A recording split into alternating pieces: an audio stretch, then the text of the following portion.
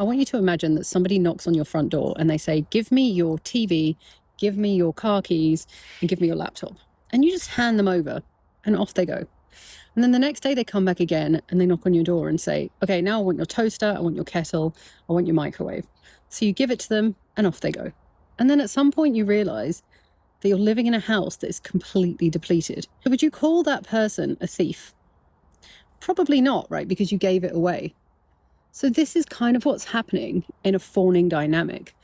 Neither role in this scenario is a passive role. One person is creating the conditions for the fawning to take place. The person that keeps knocking on the door and the person that keeps accepting.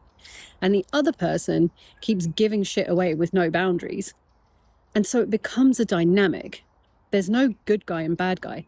There is a dynamic. But neither person in this scenario is telling the truth about what's happening.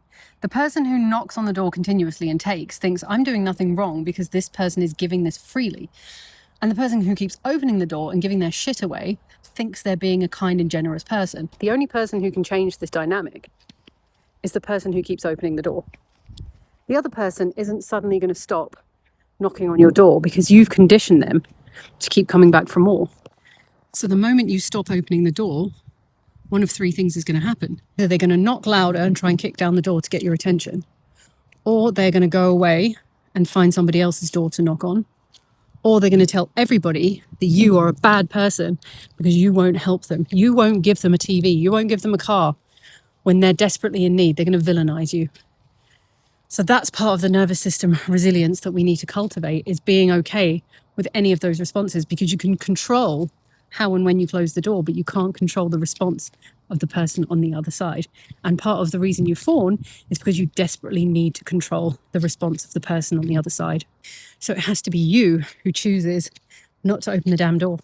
And that's not easy, because everything in your nervous system tells you that being generous and being nice and giving is who you are, is what makes people like you, is what keeps you safe.